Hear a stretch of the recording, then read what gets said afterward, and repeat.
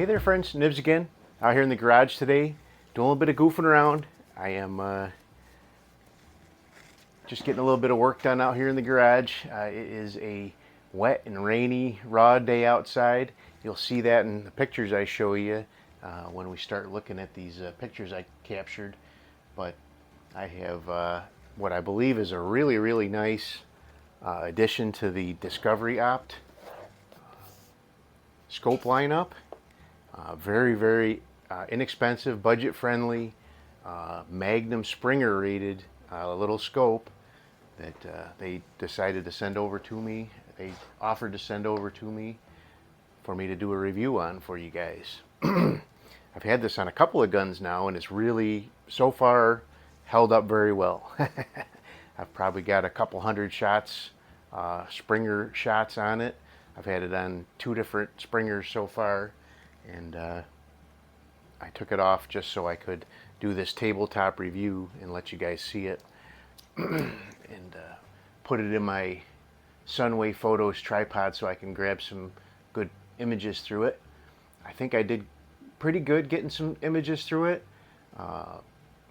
As some of you who might have tried this before know, it is very difficult to get a cell phone camera to resolve through a scope. And this one was no different. But what we have here is they call this the MS, let's see here, let me find make sure we got the right, MS4-16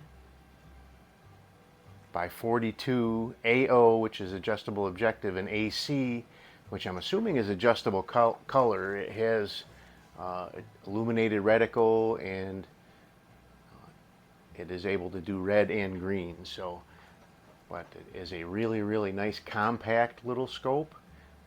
It does have locking turrets with nice clicks, very positive clicks. Locking turrets on both windage and elevation. Does have a quick focus eyepiece back here. The objective adjustment is out here on the front bell, and it does come with a sunshade in the box as well, and it also does come with a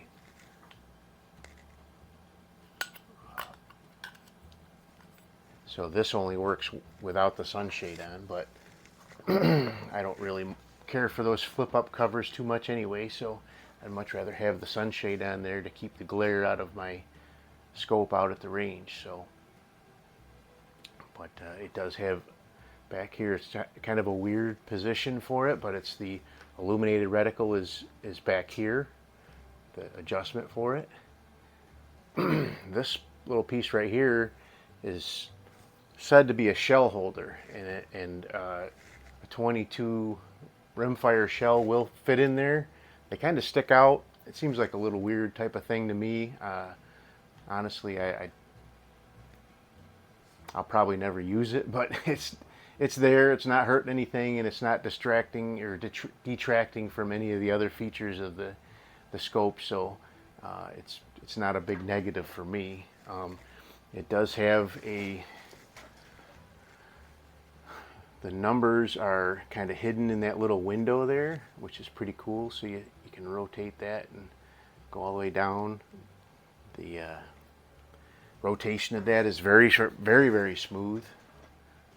The clicks for the illuminated reticle are very positive, not difficult to work. So overall, everything is very nice as far as the way the controls work on this guy. So let's take a look at some pictures that I captured through this. I got my other phone here with the pictures on it. So I was just shooting out my back door, and I was able to so one thing with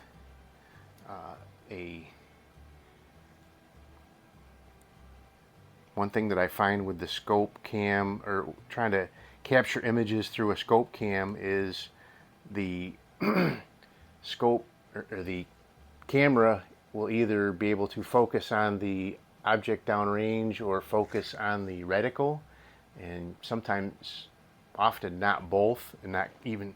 So when you're in the lower setting, and this is a first focal plane, so the reticle does, or no, it's a second, I'm wrong, it's a second focal plane.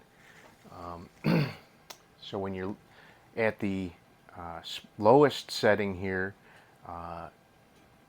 and here is a picture, so I focused in on my fire pit out back, which is at about 15 yards, and that it's made with bricks.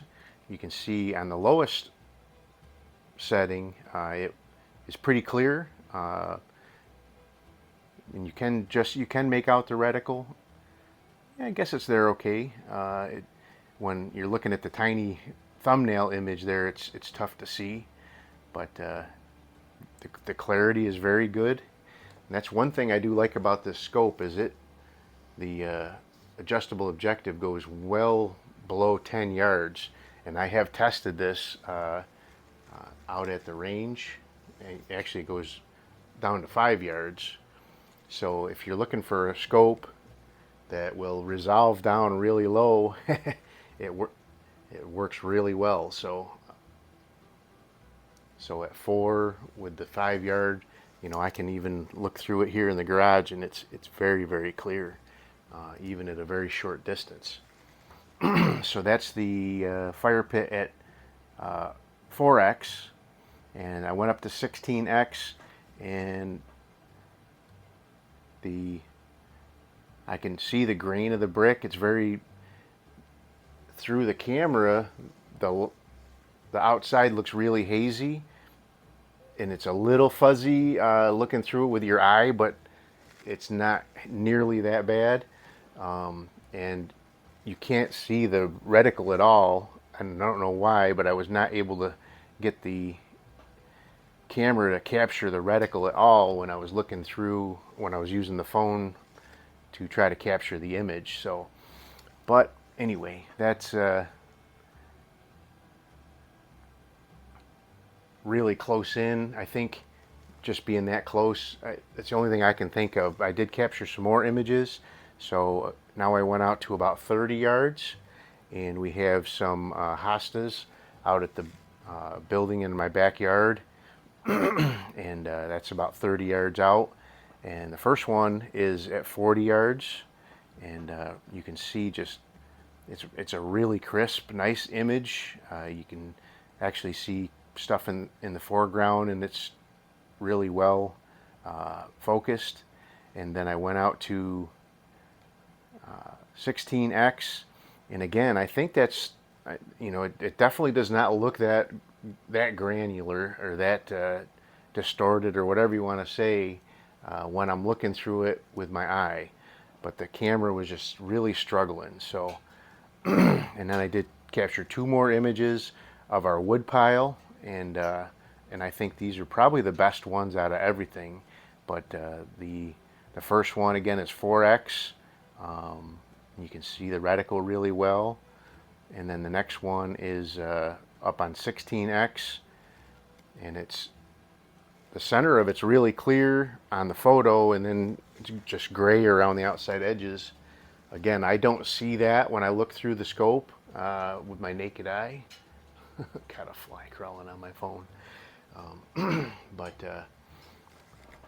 yeah, those pictures do not do this little scope any justice.